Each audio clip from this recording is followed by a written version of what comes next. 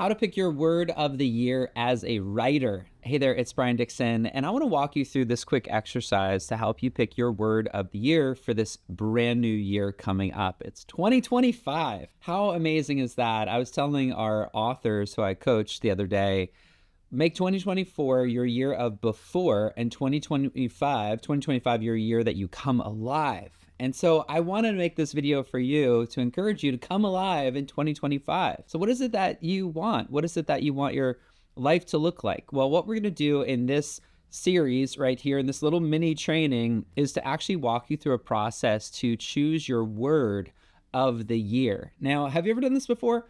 You pick a word of the year. So maybe it's, oh, I really want to be more patient. I want to be more loving in this year. I want to be more restful. So I'm going to choose the word rest for the new year, right? Have you done this before? I've done this, right? I've had different years where there were different themes. There were different things that God was doing in my heart and in my mind. There were things that were happening in my life.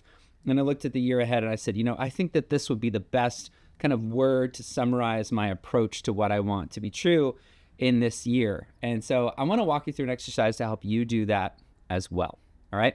So I'm going to quote the Bible a whole bunch of times. I hope that's okay. And one of the verses in the Bible that I just love looking at, even if you don't agree with the Bible, I think it's just still a good life lesson, is hope deferred makes the heart sick. Have you heard this before? Hope deferred makes the heart sick. And so as we look at 2025, where is your heart sick? Where do you feel like you're falling behind, like things aren't the way that you want them to be, like you feel this angst, this anxiety, this depression even? Well, it's probably because there is hope that you have that has been deferred. Okay, you with me on this? So hope deferred makes the heart sick. So what is the hope that you want? And then you can look at how have I not gotten to that hope? Because hope deferred makes the heart sick. So what is the hope that you want to live? And then why is it being deferred? And then now my heart is sick. See, it's like 1, 2, 3. What's the hope? What's causing it to be delayed or deferred? And then now I have the symptom, which is my heart sick. And so if you're going into 2025 saying, when it comes to my writing, I feel behind. I feel stuck. I feel like I don't have clarity about my message or my audience. My thing's not growing. People aren't engaging in what I'm doing. Well, that might be reality, but why does it make you feel bad? It makes me feel bad because I have the opposite that I want to be true.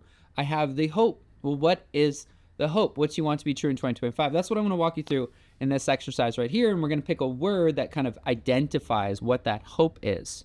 Another verse in the Bible that I love leaning into is, without vision, the people perish. You probably heard that one before, right? Without vision, the people perish. So what's the vision of the hope that you want?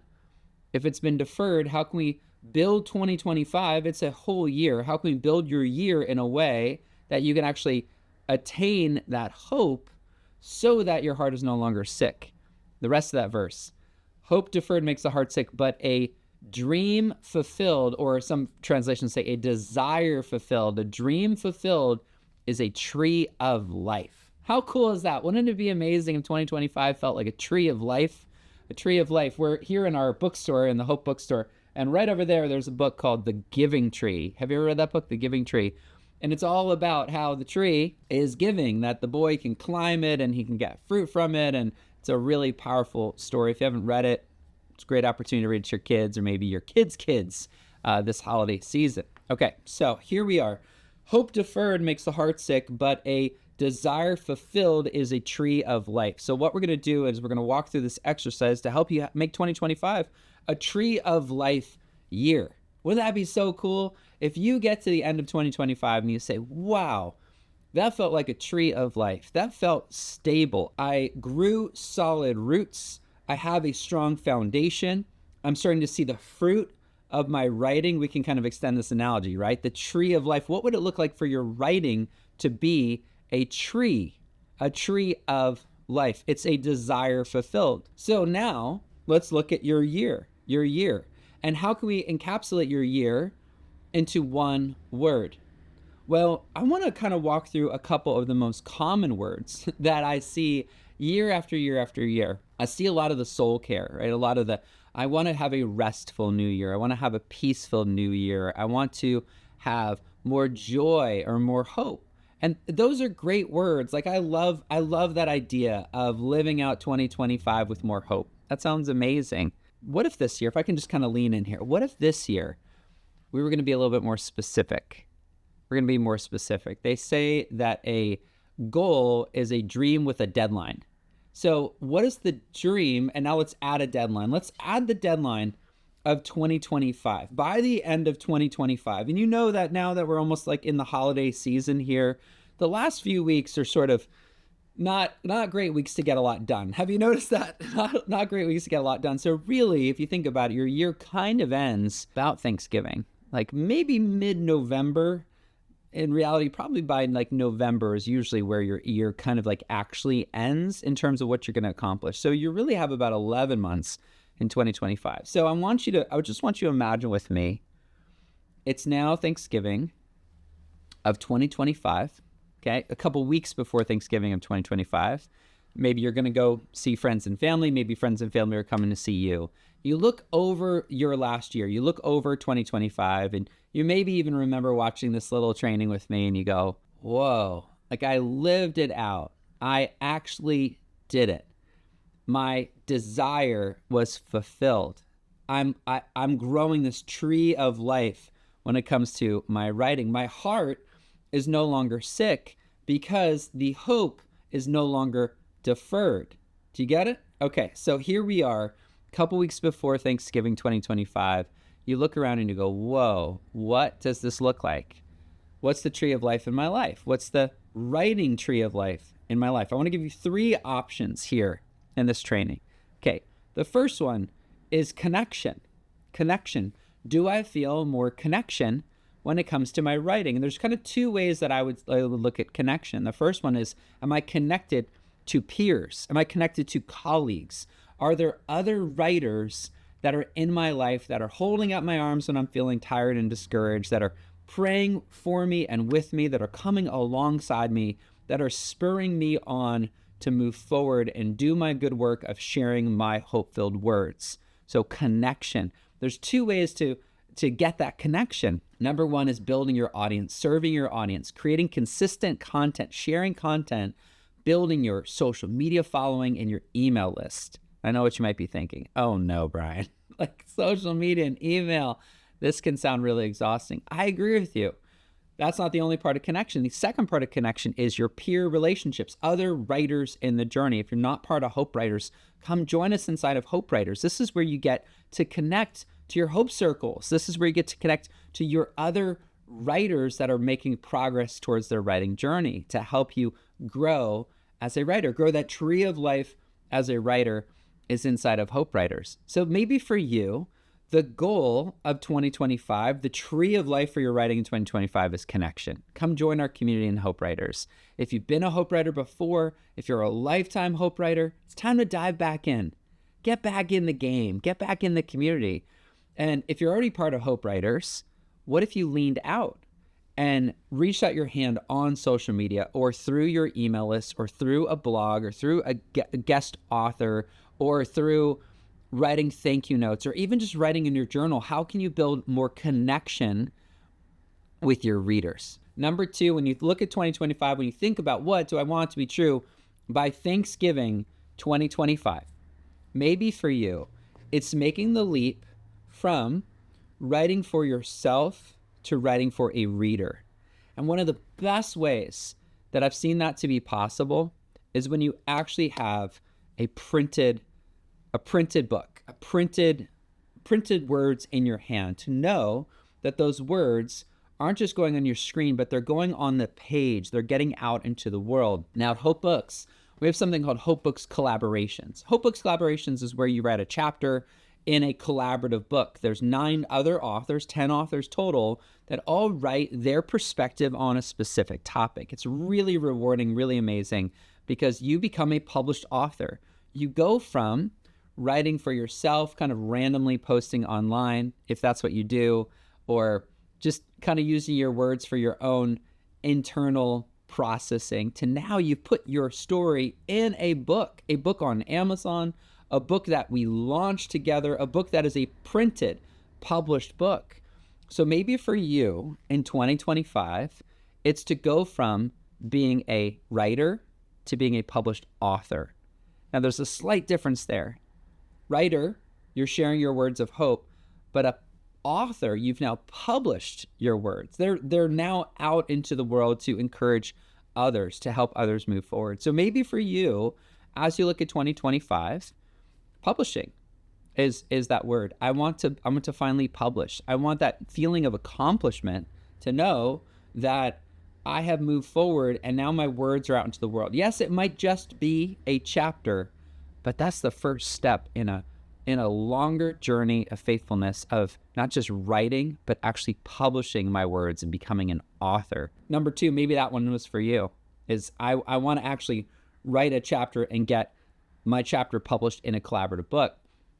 Finally, number three, as we look at 2025, what if you dreamed bigger? Like, what if you actually allowed yourself permission in 2025 to really lean into those desires that you've had for a long time? Because I know you, and there's a really good chance that you've been dreaming about writing and publishing your own book, your memoir, your story, your hard story that has become your hope story. Maybe it's your story of your relationship. Maybe it's your story of your faith. Maybe it's a story of your health journey. Maybe it's a story that has to do with your mindset, the way that you see the world, the way that you process the world. Maybe I used to think this, but now I know this. I used to believe this, but now I've lived this. That shift, that pivot from what I used to be, who I used to be, what I used to believe, what I used to think, and now where you're living, this bridge from before to after is a tool to be shared with somebody else. That is your story of hope, from hurt to hope, from hard story to hope story.